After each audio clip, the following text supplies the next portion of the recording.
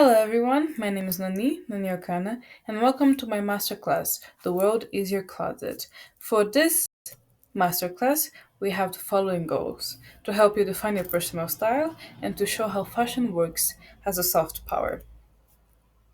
So, I want you to remember the following things that you can copy others to discover what you like and what you don't like.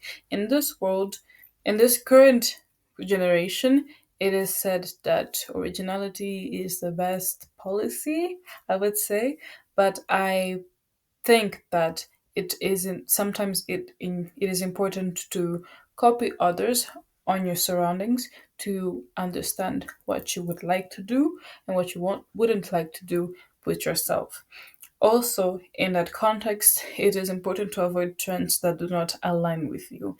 For example, you see around here in Rwanda, teenagers, young adults walking around with samba shoes, and although those shoes are nice, with some they don't align with some people. They don't. Some people do not like those shoes, so you shouldn't buy those shoes because following trends that do not align with you lead to overconsumption, and overconsumption does not lead to satisfaction. So it is important that you know what you don't like and what you like. Finally, I want you to understand that your clothes can influence how you see yourself. If you just has a corporate body, you will feel has a corporate body. So it is important that you dress how you want to feel on a certain day. So your style is influenced by many things, but mainly by four factors: by your culture, by the media you consume, by your social circle, and by the internet.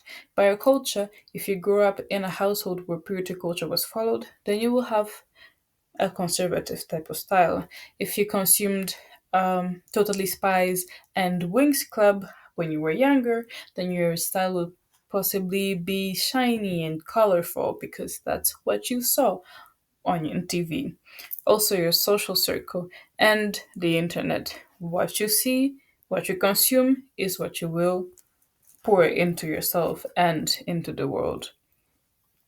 So, to find your style, I would suggest you play fashion games. And you might say, what? Fashion games? That doesn't make any sense. My grown ass will play fashion games? But wait, fashion games are totally elite. They are the best way you can find your style because they do not conform. I mean, there's one factor that you don't have to consider when playing fashion games, and that is money. Because whatever outfit you want, whatever piece of clothing you want to try, you will be able to do that on fashion games. You can make characters and they look like you and make them wear what you want.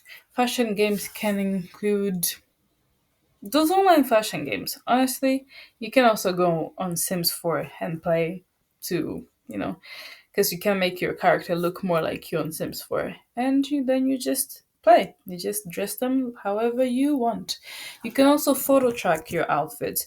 And photo tracking is more like understanding how your style is evolving over time. You can also experiment, and with experimenting comes DIYing, and with DIYing comes internet.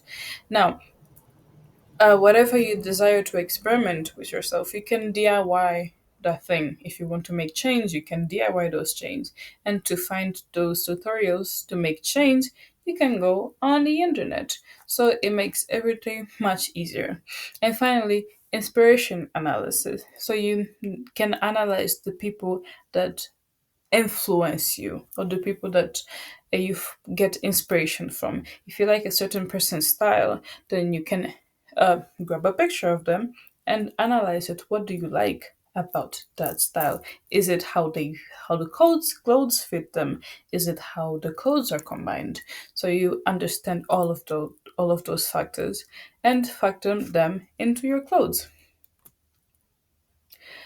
Now we're entering the domain of soft power, how to see fashion has soft power. So, firstly, the differences between soft power and hard power is that soft power No, hard power relies on force, rules, and money.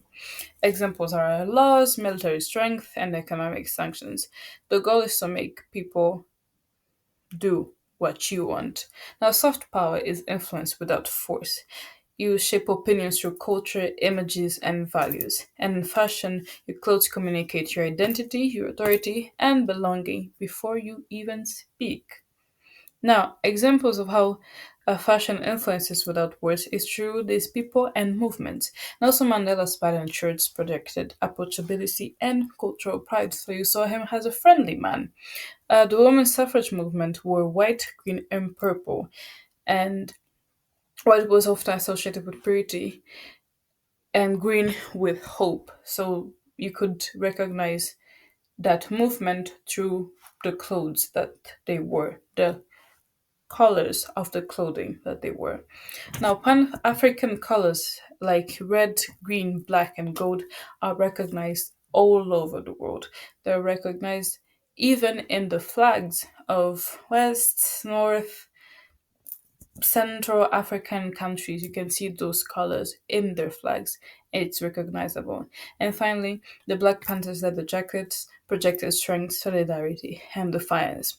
Before we end this masterclass, I want you to understand that you must dress not only how you want to be seen, but also how you want to feel.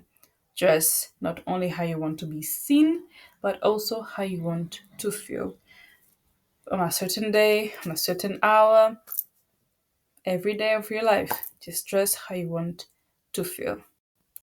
Thank you.